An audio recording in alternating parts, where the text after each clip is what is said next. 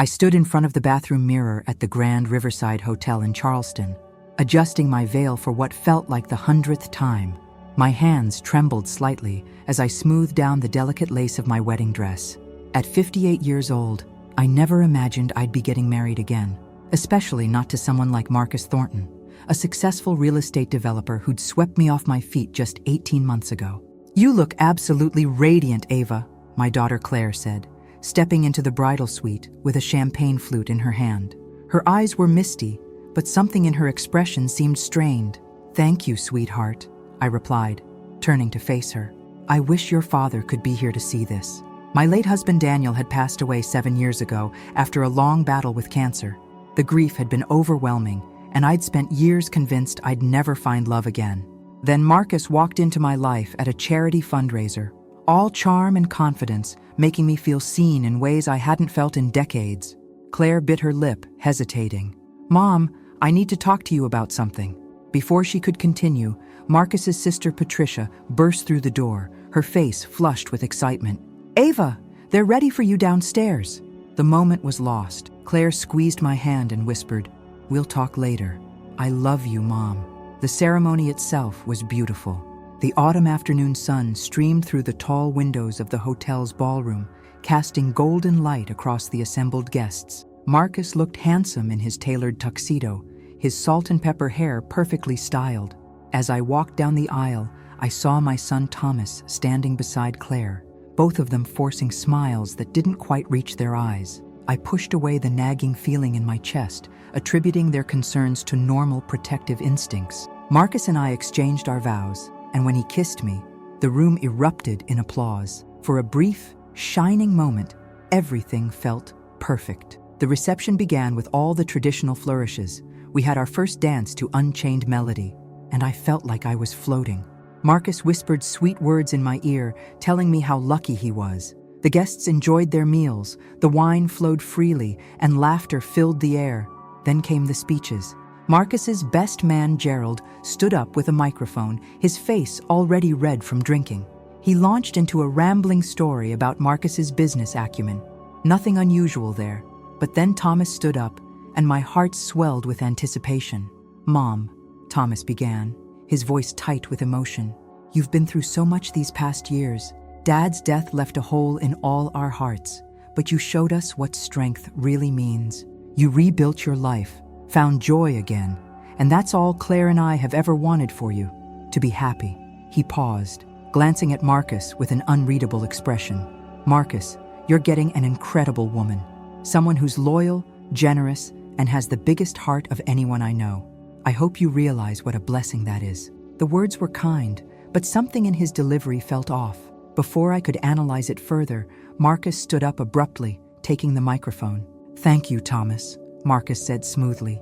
"You're absolutely right about your mother. Ava is indeed special." He turned to face the crowd, his confident smile broadening. "In fact, I'd like to share something with everyone here today.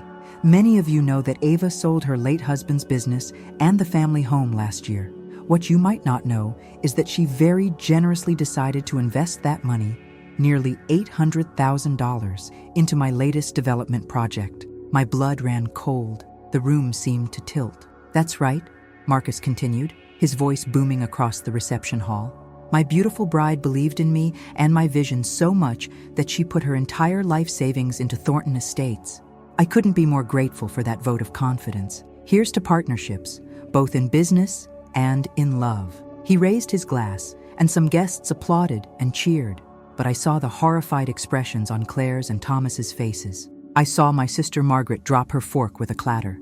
I saw several of my friends exchange shocked glances. The truth was more complicated than Marcus had presented.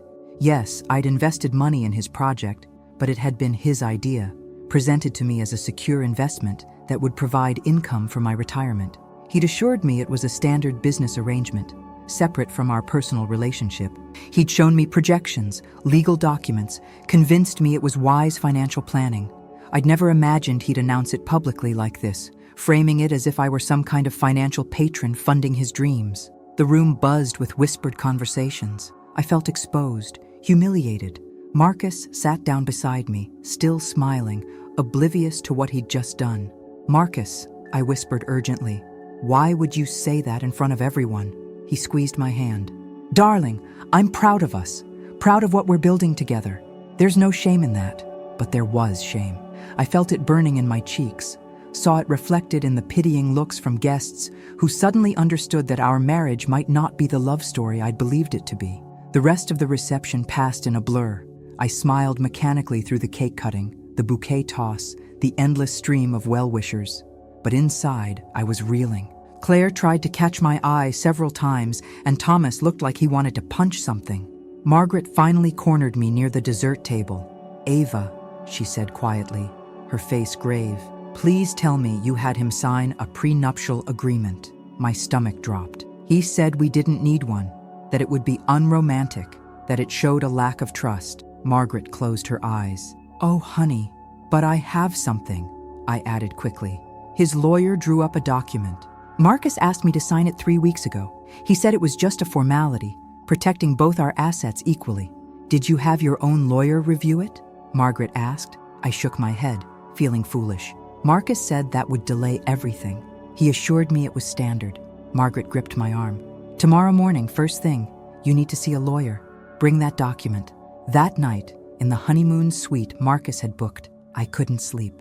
He was snoring peacefully beside me, while I stared at the ceiling, replaying everything. The way he'd announced my investment, the looks on my children's faces, the sudden realization that perhaps I'd been foolish. I quietly slipped out of bed and retrieved my laptop from my bag. In the dim glow of the screen, I began researching. What I discovered made my hands shake. Marcus's previous business ventures had a pattern, partnerships that left his investors holding the bag while he moved on to the next project. There had been lawsuits, settlements, angry former associates. How had I missed all this? Because I'd been lonely, I realized. Because he'd made me feel young and desirable again. Because I'd wanted so desperately to believe that love could find me twice in one lifetime. As dawn broke over Charleston, painting the sky in shades of pink and orange, I made a decision. I would see a lawyer, just as Margaret suggested, but I wouldn't let Marcus know what I was thinking. Not yet. The next morning, Marcus was in high spirits. How does it feel to be Mrs. Thornton? He asked, kissing my forehead. Wonderful, I lied, returning his smile. We were supposed to leave for our honeymoon in Savannah that afternoon, but I claimed I wasn't feeling well. Marcus suggested I rest while he went to check on some business matters. The moment he left, I called Margaret. I need a lawyer, today, the best one you know. Margaret connected me with Catherine Moss, a family law attorney with a reputation for being thorough and tough. I met her in her downtown Charleston office that afternoon, bringing the document Marcus had given me to sign. Catherine spent 45 minutes reading through the papers, her expression growing increasingly grim. Finally, she looked up at me over her reading glasses. Mrs. Thornton, call me Ava. This document is egregiously one-sided. It's not a prenuptial agreement protecting both parties. It's essentially a post-nuptial agreement that transfers all liability for Marcus's business debts to you while protecting all his assets. If you sign this and his development project fails, you'll be personally responsible for millions in debts. Meanwhile, all his other properties and assets are shielded. The room spun. But he said it protected both of us. He lied. And what's worse, given the timing and circumstances, I believe we could argue this was obtained through fraud and undue influence. You have grounds for annulment, Ava. I sat back in my chair, processing this information. Annulment. My second chance at love reduced to a legal nullity. But as painful as that thought was, something else was emerging through my shock. Anger. What are my options if I don't want an annulment? I asked. Catherine raised her eyebrows. That's an unusual question, given what I've just told you. I need to understand all my choices. Over the next hour, Catherine laid out several possibilities. We could renegotiate the agreement with Marcus's lawyer present, though she doubted he'd agree to fair terms. We could pursue annulment and try to recover my investment. Or, and this was where Catherine's eyes gleamed with something like professional satisfaction, I could sign the document Marcus had given me, but not before Catherine drafted a separate, legally binding agreement that actually did protect my assets. South Carolina law is very specific about post-nuptial agreements, Catherine explained. Both parties must have independent legal counsel, full disclosure of assets, and the agreement must be fair. The document Marcus gave you fails on all counts. However, if we create a proper agreement and present it to him as a standard formality, we can ensure you're protected. But he thinks I've already signed his version, I said slowly. Exactly. We can present him with the real agreement, tell him it's just a procedural update, and see if he signs it without reading carefully. Men like Marcus, who are overconfident in their schemes, often don't pay attention to details when they think they've already won. It was risky. But as I thought about how Marcus had humiliated me at our reception, how he'd manipulated me into investing my entire life savings, how he'd presented me with a fraudulent document while whispering words of love, I felt a steely resolve settle in my chest. Let's do it, I said. Catherine worked late into the night, and by the next morning she had prepared a comprehensive post-nuptial agreement. This one was fair. It protected my remaining assets, clearly delineated my investment in Marcus's project as a business loan with specific repayment terms, and included provisions for what would happen if the marriage dissolved. The tricky part was timing. Marcus expected me to have signed his document already. I'd told him I would read it over during our honeymoon week and sign it when we returned. Now, I needed to make him believe this new document was just a formalized version of what he'd given me. I returned to the hotel, where Marcus was waiting with champagne and roses. Feeling better, darling? Much better, I said, accepting his kiss. I'm sorry I've been so out of sorts. Are you ready for Savannah tomorrow? Actually, I thought we could push the trip back a few days. There's some paperwork we need to finalize first. You know, making everything official for the investment. Marcus's eyes sharpened with interest. You've reviewed the agreement? I have, and I think it's wonderful that you want to protect both of us. My lawyer just suggested a few small additions to make sure everything is properly registered with the state. Totally standard stuff, but apparently necessary for the tax implications of my investment. I was amazed at how easily the lie came. But then again, Marcus had been lying to me for months. Of course, Marcus said smoothly. Whatever we need to do to keep things legal and proper. The next afternoon, we met with Catherine in her office. I'd told Marcus she was helping with the paperwork, framing it as a routine administrative task. He came dressed casually, confident and relaxed, barely glancing at Catherine as he shook her hand. Mr. Thornton, Catherine said professionally, I've prepared the post-nuptial agreement that formalizes the financial arrangements between you and your wife. It's based on the preliminary document you provided, with the necessary legal language added to ensure compliance with South Carolina law. She slid the document across the table. Marcus picked it up, flipping through the pages quickly, too quickly. I held my breath, watching his eyes scan the text without really reading it. This was the moment. If he actually read what Catherine had written, he'd know immediately that this wasn't his predatory agreement at all. Looks good, Marcus said after barely 3 minutes. Where do I sign? Catherine showed him. He signed with a flourish, then smiled at me. There we go. All official now. I need to sign as well, I said, taking the pen. My hand was steady as I added my signature below his. I'll need both of you to initial each page as well, Catherine added. Just a formality. We did, and then it was done. The real agreement, the one that protected me, that outlined fair terms that would hold up in any court, was signed by both of us. Marcus stood, checking his watch. Well, that wasn't so bad. Now can we please focus on enjoying our marriage? Absolutely, I said, standing to join him. As we left Catherine's office, she caught my eye briefly. In that glance was a clear message. You're protected now. The next few weeks were strange. Marcus remained his charming self, taking me to dinners, showing me off to his business associates, playing the role of devoted husband. I played along, but everything had changed. I saw him clearly now. The calculated compliments, the way he controlled conversations, the subtle manipulation in every interaction. One evening, about a month after the wedding, Marcus came home looking troubled. He poured himself a drink and sat heavily on the couch. Is everything all right? I asked. Just some complications with the Thornton Estates project, he said, waving his hand dismissively. Nothing to worry about, though I may need to restructure some of the financing. What kind of restructuring? He looked at me with an expression I now recognized, the one he used when he wanted something. Well, you remember our agreement. As my wife and investor, you're a partner in this. I was thinking you might want to increase your investment, really maximize the returns. I felt a chill run through me. This was exactly what Catherine had predicted. The initial investment was never going to be enough. He'd always planned to come back for more. "Marcus," I said carefully, "I'd love to help, but I need to understand the specifics. What's causing the complications?" His jaw tightened. "It's just business, Ava.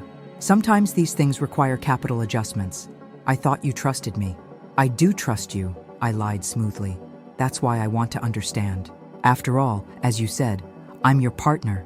Partners should be informed, shouldn't they?" He studied me for a long moment, and I saw something flicker in his eyes. Surprise, maybe, or suspicion. "Of course," he finally said. "I'll have Gerald put together some documents for you to review." The documents, when they arrived, confirmed my worst fears. The Thornton Estates project was hemorrhaging money.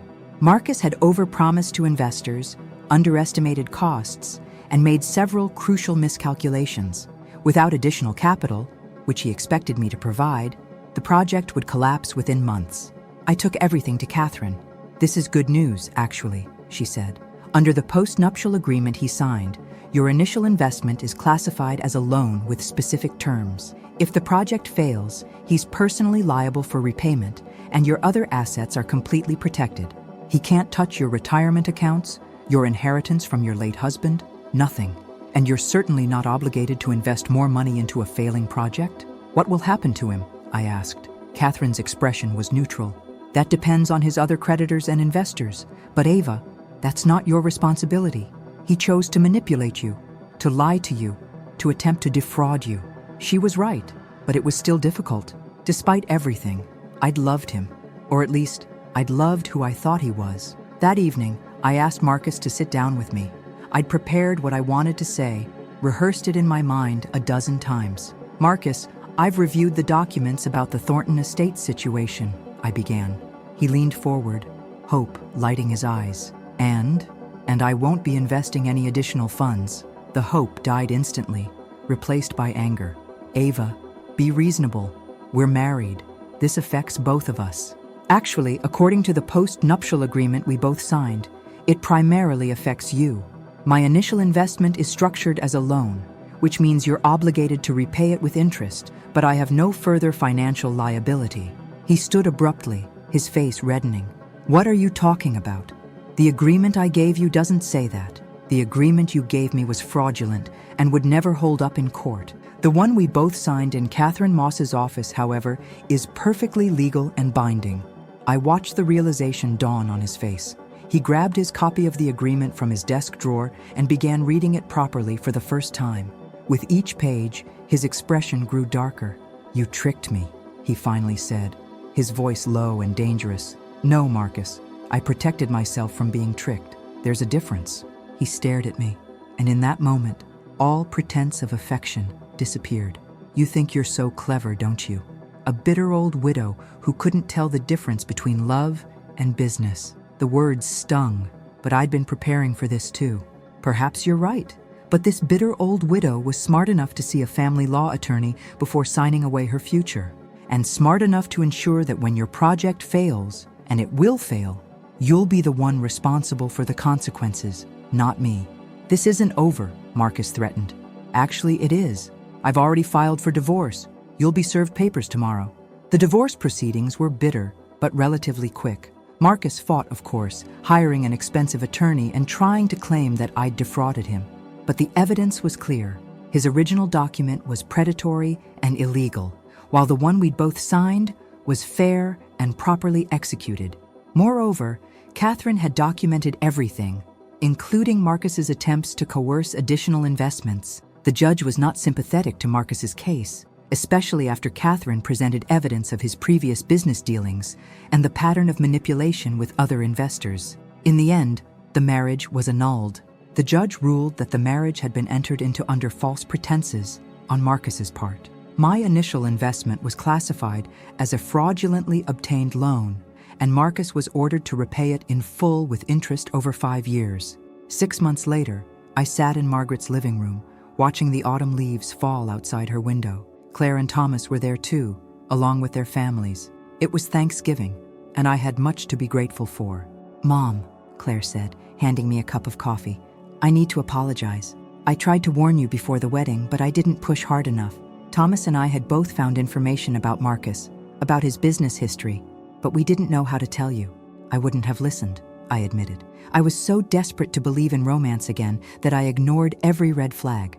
But I learned something important. I don't need a partner to make my life complete. I'm complete on my own. Thomas squeezed my shoulder. You were always complete, Mom. You just forgot for a little while.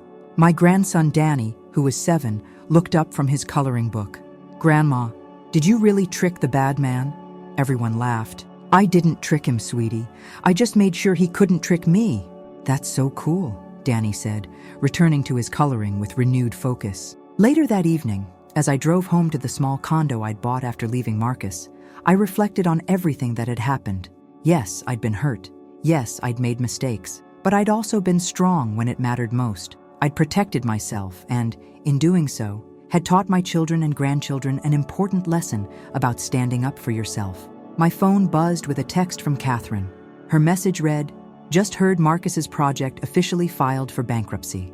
You dodged a major bullet, Ava." I smiled, typing back. More like I redirected it. As I unlocked my door and stepped into my quiet, peaceful home, I realized something important.